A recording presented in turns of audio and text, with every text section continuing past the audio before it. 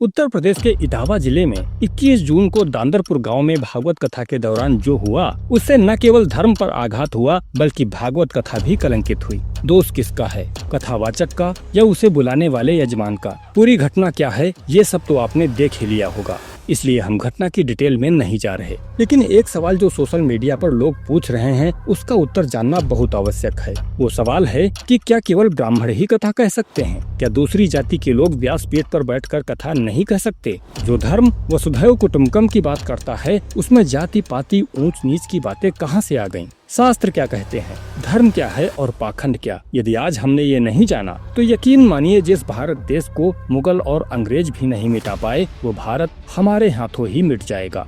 जो धर्म हजारों आघात सहने के बाद भी समाप्त नहीं हुआ वो धर्म बस किताबों में ही रह जाएगा। यदि आप भी इन सवालों के जवाब जानना चाहते हैं तो यह वीडियो अंत तक जरूर देखिए। स्वागत है आपका डिकोडिंग धर्मा में। यहाँ हम धर्म को अंधविश्वास की तरह नहीं, विज्ञान और अनुभव की रोशनी में समझने की कोशिश करते हैं। भागवत कथा किसे कहनी चाहिए किसे नहीं, ये वीडियो में आगे समझेंगे। पहले यह समझते हैं कि भागवत कथा है क्या। श्रीमद् भागवत वो कथा है जिसे सुनकर विदुर, परीक्षित और सुखदेव जैसे महान आत्मा मोक्ष को प्राप्त हुए। धुंधकारी जैसे पतित भी मुक्ति पा गए। फिर ऐसा क्या हुआ कि आज वही कथा किसी के लिए व्यापार बन चुकी है, किसी के लिए स्टेटस सिंबल और किसी के लिए अहंकार और अपमान का मंच। एक समय था जब कथा सुनकर शांति मिलती थी, जीवन को मार्गदर्शन मिलता था, लेकिन अब वही कथा राजनीतिक अखाड़ा बन चुकी है। कथा अब सोशल मीडिया पर वायरल होती है। लोग चाव से देखते हैं, धर्म के उद्देश्य से नहीं, न ही जीवन के उत्तर खोजने के लिए। वो देखते हैं मनोरंजन के लिए, हंसी मजाक के लिए। क्या ये धर्म है या पाखंड? तो आइए शास्त्रों से समझते हैं कि कथा क्या होती है। धर्म कहता है कि कथा केवल कहने की चीज नहीं है, न ही ये मनोरंजन का साधन है। कथा का अर्थ है आत्मा की पुकार को शब्द देना, जीवन को सही दिशा देना। भागवत पुराण के प्रथम स्कंध में द्वितीय अध्याय का 17वां श्लोक है, श्रृण्वतां स्वकथा कृष्णः पुण्य श्रवण कीर्तनः हृद्यन्तः स्थो हे भद्राणि विधुनोति सुहृत्सताम्। इसका अर्थ है जो कृष्ण की कथाएं सुनते हैं, कृष्ण नाम का कीर्तन करते हैं, उनके सभी पाप नष्ट होते हैं और पुण्य मिलता है। उनके हृदय में स्थित अशुद्धियां दूर होती हैं। लेकिन आज कथावाचक मंच पर भक्ति कम और ब्रांड ज्यादा बन गए हैं। कथा के नाम पर वीआईपी जोन बनाए जाते हैं। कथावाचक यदि ज्यादा प्रसिद्ध हो तो टिकट लेकर ही एंट्री मिलेगी। अब आप कह सकते हैं कि टिकट इसलिए लगाया जाता है ताकि कथा में अनावश्यक भीड़ न हो। तो भाई यदि ऐसा है तो फिर उस कथा को महंगी प्रचार सामग्री द्वारा प्रचारित क्यों किया जाता है? जाहिर सी बात है जब प्रचार नहीं होगा तो संतुलित लोग ही कथा में आएंगे। लेकिन नहीं, कथा का उद्देश्य धर्म नहीं बल्कि ज्यादा से ज्यादा पैसा कमाना होता है। यही नहीं, कई जगहों पर कथा मंच का उपयोग जातिवाद या राजनीतिक एजेंडे के लिए किया जाता है।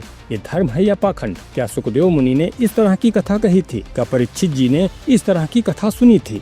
भागवत कथा का उद्देश्य सांसारिक बंधनों से मुक्ति दिलाना है, अध्यात्म से जोड़ना है। जो कथा मनोरंजन के लिए, राजनीतिक एजेंडे के लिए, व्यापारिक उद्देश्य या फिर जातिवाद फैलाने के लिए की जा रही हो वो कथा नहीं, नौटंकी है, ड्रामा है। अब बात करते हैं कथावाचक कैसा होना चाहिए। भारत में कई प्रसिद्ध कथावाचक हैं जिनमें मुरारी बापू, धीरेन्द्र कृष्ण शास्त्री जी, जया किशोरी, श्री देवकीनंदन ठाकुर जी, अनिरुद्धाचार्य जी महाराज, देवी चित्रलेखा और कृष्णचंद्र ठाकुर जैसे कथावाचक काफी लोकप्रिय हैं। उनके प्रवचन सुनने के लिए बड़ी संख्या में लोग आते हैं। लेकिन सवाल प्रसिद्धि का नहीं, सवाल है कथावाचक कैसा होना चाहिए, कौन होना चाहिए। भागवत, महापुराण, महाभारत, मनुस्मृति आदि सभी ग्रंथों में कथावाचक की योग्यता बताई गई है। कथावाचक बनने की पहली और सबसे अहम शर्त है शास्त्रों और पुराणों का विस्तृत अध्ययन। रामायण, महाभारत, श्रीमद् भागवत, शिव पुराण, देवी भागवत जैसे ग्रंथों की कहानियों, पात्रों और संदर्भों की गहरी समझ होनी चाहिए। कई कथावाचक गुरुजनों से दीक्षा लेकर परंपरागत तरीकों से इन ग्रंथों को सीखते हैं। कथा केवल जानकारी नहीं, एक प्रभावशाली प्रस्तुति होती है।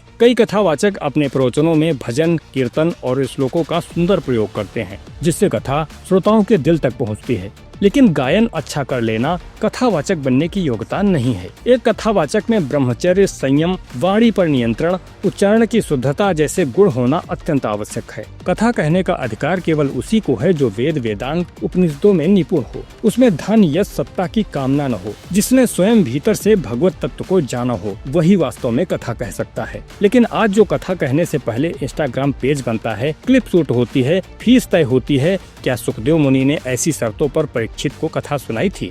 श्रीमद् भागवत में पद्म पुराण खंड के 6 अध्याय में कहा गया है, विरक्तो वैष्णवो विप्रो वेद शास्त्र विशुद्धिकृत दृष्टांत कुशलो धीरो वक्ता करोति निष्प्रहा। अर्थात जो वेद शास्त्र की स्पष्ट व्याख्या करने में समर्थ हो, तरह तरह के दृष्टांत दे सकता हो तथा विवेकी और अत्यंत निष्प्रह हो, ऐसे विरक्त और विष्णु भक्त ब्राह्मण को वक्ता बनाना चाहिए।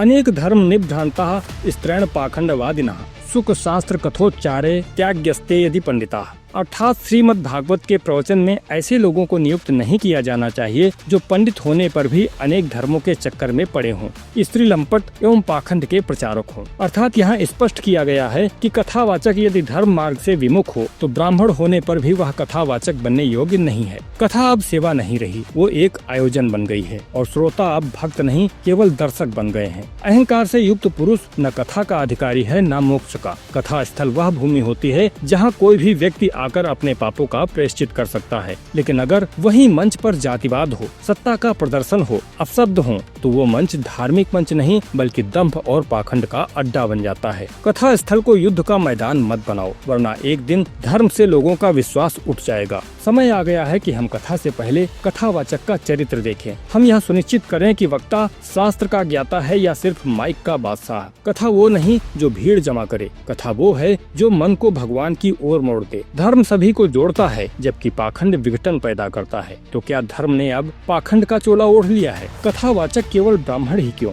आखिर क्यों हो रहा है ब्राह्मणों का विरोध? धर्म का मूल उद्देश्य था अंधकार से प्रकाश की ओर ले जाना, लेकिन यदि धर्म के नाम पर ही अंधकार फैलाया जा रहा हो तो हमें रुककर सोचना पड़ेगा। क्या धर्म अब चरित्र से नहीं जाति से तय होगा? क्या वक्ता की योग्यता अब सोशल मीडिया फॉलोअर्स से मापी जाएगी? और सबसे बड़ा सवाल, ब्राह्मण कौन है, जन्म से या कर्म से? इन सभी सवालों के जवाब अगली कड़ी में विस्तार से जानेंगे। यहाँ बता दें कि प्रत्येक रविवार को ही हम वीडियो प्रसारित कर पाते हैं, जिसके लिए हम गहन अध्ययन और रिसर्च करते हैं, क्योंकि हम नहीं चाहते कि कोई आधी अधूरी जानकारी आप तक पहुँचे। यदि आप भी चाहते हैं कि समाज धर्म को सही रूप में समझे तो आप भी हमारे सहभागी बनिए। इस वीडियो को लाइक कीजिए, शेयर कीजिए और चैनल को सब्सक्राइब जरूर कीजिए, क्योंकि अब वक्त है धर्म को फिर से समझने का, पाखंड से अलग करने का। वंदे मातरम, जयतु धर्मः।